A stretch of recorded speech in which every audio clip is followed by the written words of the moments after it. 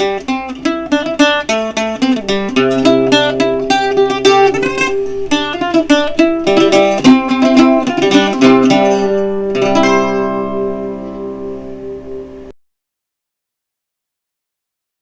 everybody, it's Jeannie from Gardening Jones. Welcome back to our channel, or if it's your first time, welcome. I'm in our Harbor Freight greenhouse. This is the smaller version. I wanted to just show it to you. We got a good deal on it. This will be its 8th season, so we bought it end of season.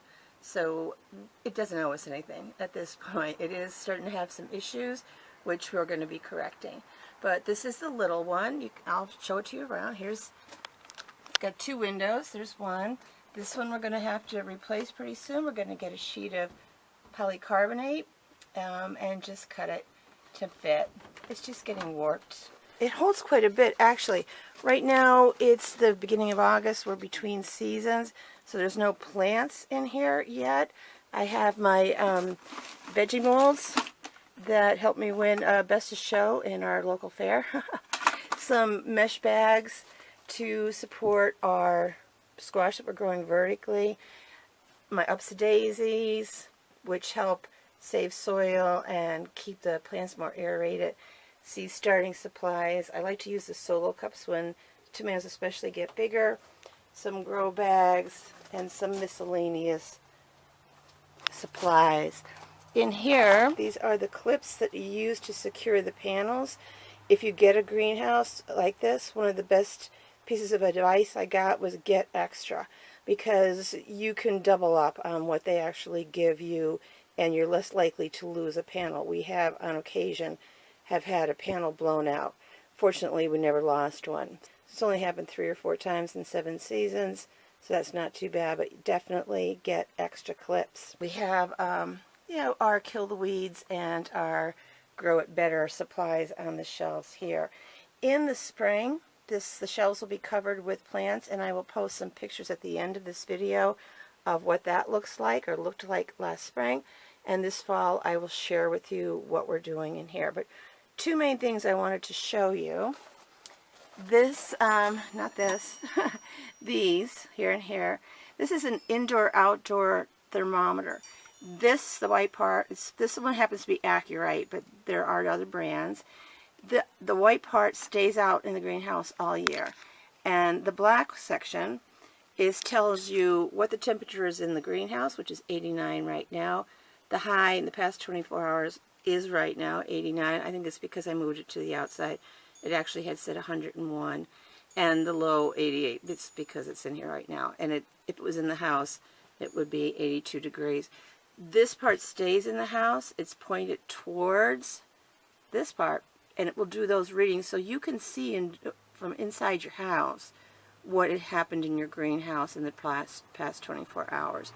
This is very good news to have. One thing that surprised me about greenhouses is how fast they heat up and how very fast they lose the heat. When you use a greenhouse, they say that every layer of protection you add brings you up at least half a zone. Some people say a full zone. I go with a half a zone. So we're 6A. This greenhouse will bring us to 6B, as long as we monitor the temperatures. And some other things I've done will bring us up to 7A. Right here, you'll see there's some, it's coming loose, need more tape. This is just clear plastic garbage bags to help add a little bit more protection. I did have them on the top, but now we just use a tarp, and we put that on when the weather starts getting cold. This is the other window, which also needs to be replaced. You can see it functions, but it's cracked, and it's cracked right here, and it's cracked in other places too, so it will not handle keeping the place warm this winter, that's for sure. I do have some plants that will be coming in here in the fall, and down here I have 2 grow bags that I'm going to be planting. Each is going to have a parthenocarpic plant, cucumber in one, zucchini in the other. Parthenocarpic just means that they don't need a pollinator, so as long as we keep this warm enough for them, we could have cucumbers and zucchini well into the fall. Over here in this kind of a messy corner, it is messy, is our bamboo poles we use to support our tomatoes, but at least one indeterminate tomato plant will be coming in here too. I had seen some people built their greenhouses on top of like a raised area. I think if I was to do it again, I would do that because it's only, what, 6 feet high here? 6 feet high, 8 feet long. It's hard sometimes with an indeterminate tomato to get it. You have to have it right like in the middle practically of the greenhouse. But, you know, whatever it takes, it takes. We do what we can. I can show you the outside. I did just wash this yesterday because it was literally a greenhouse. Here's some of the areas also that need to be fixed. I don't know if this is called a gasket or weather stripping, but on both sides of the door it is coming loose. You can see here too. So these will both get repaired before the fall. Last year we didn't grow in the fall, we only used it in the spring. So to clean it, it was green with pollen. I had never really done more than hose it off. I used Clorox bleach, a couple applications, and then a Swiffer and the hose. And it did a pretty good job. The window up there, still a little green, but I didn't want to do too much work on it because it is, as I said, it's broken, warped. So I didn't want it to break completely.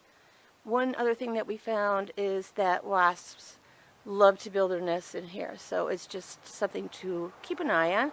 We're in Zone 6, Northeast PA, and apparently the wasps like greenhouses here. So, thanks for coming. I hope this is informative. Let me know, do you have a Harbor Freight greenhouse?